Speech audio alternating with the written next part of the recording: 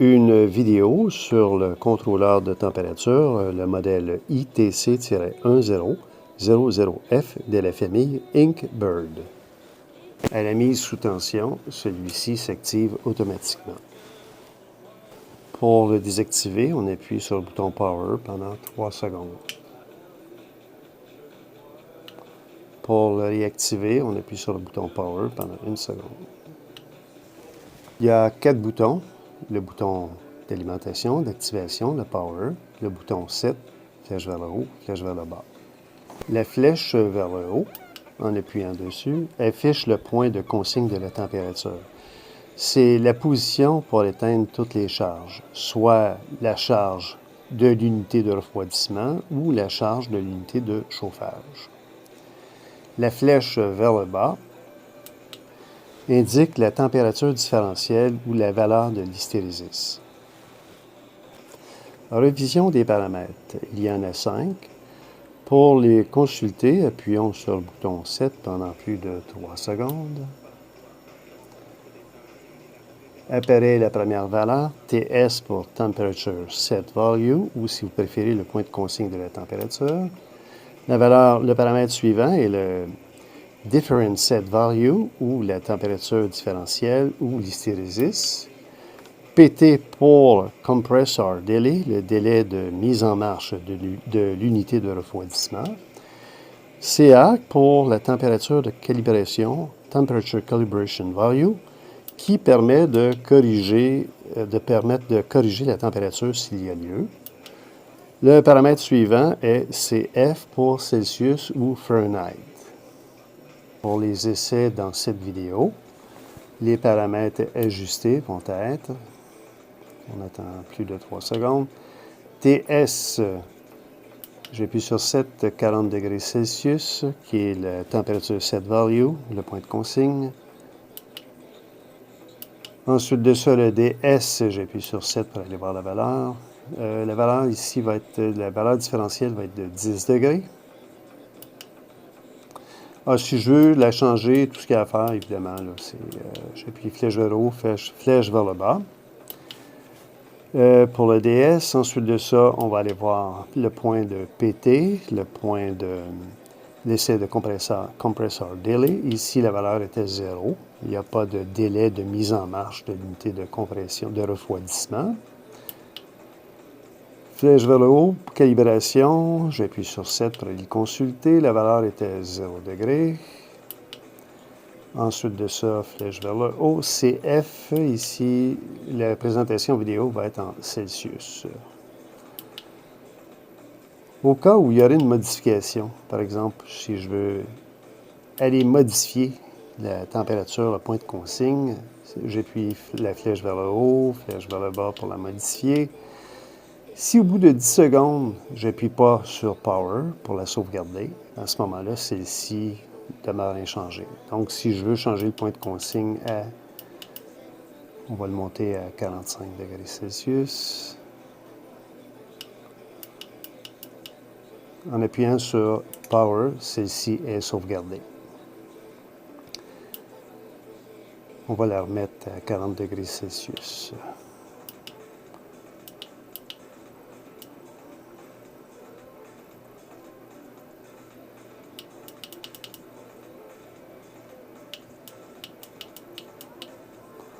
J'appuie sur Power pour la sauvegarder.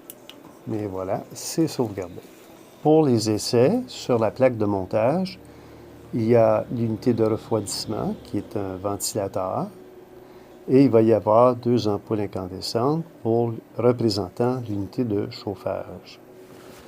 La sonde NTC va être simulée par un potentiomètre d'une valeur de 10 kΩ. Ayant défini le point de consigne de la température à 40 degrés Celsius, effectuons les essais.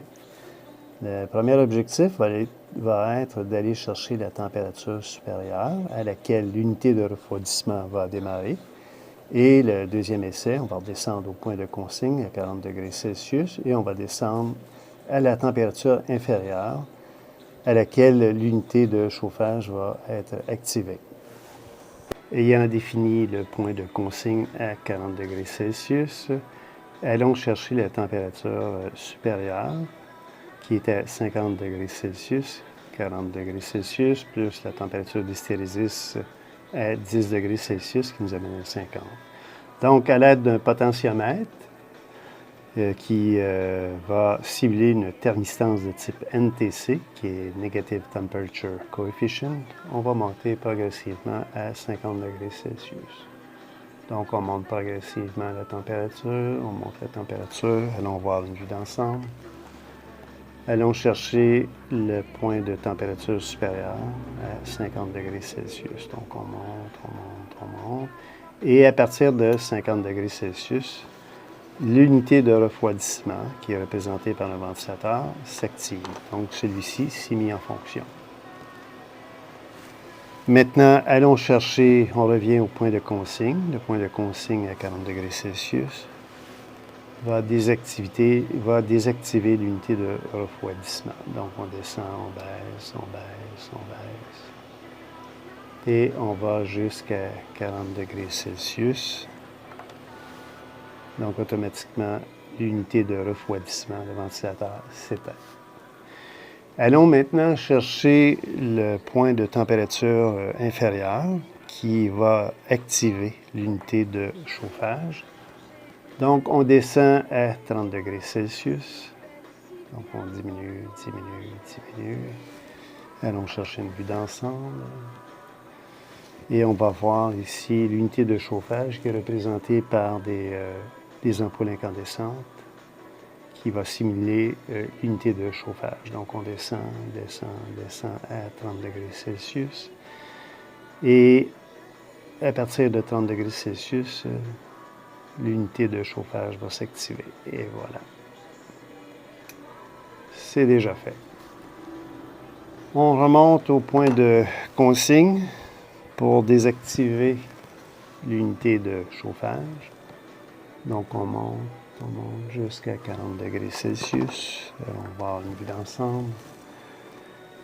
On monte jusqu'au point de consigne 40 degrés Celsius. Et voilà, on s'approche de plus en plus. Et hop, on a franchi le point de consigne. Donc, on est à 41 degrés Celsius. Si je redescends, par exemple,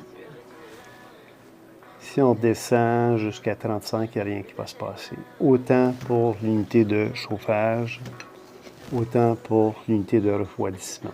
Donc, si je monte à 45, par exemple, il n'y a rien qui va se passer. Voilà. Alors voilà, c'est vraiment une unité qui est très facile à utiliser. C'est vraiment une bonne pioche pour différentes applications. Ce que je vise comme objectif, c'est un exemple d'application, c'est pour un poêle à bois, par exemple. Un poêle à bois qui, lorsque celui-ci franchit la température supérieure, bien, il va avoir un système de ventilation qui va souffler l'air chaud pour la propager à travers la pièce, la faire circuler à travers la pièce. Et lorsque celui-ci descend à une certaine température, à la température inférieure, celle-ci va servir avec un témoin lumineux pour informer d'aller rajouter du bois dans le poêle. L'idée, c'est un projet, c'est vraiment pour s'amuser. C'est vraiment un projet de bidouillage. Donc, c'est un exemple d'application. Alors, je vous remercie d'avoir écouté cette vidéo et à bientôt pour de nouvelles vidéos. Merci.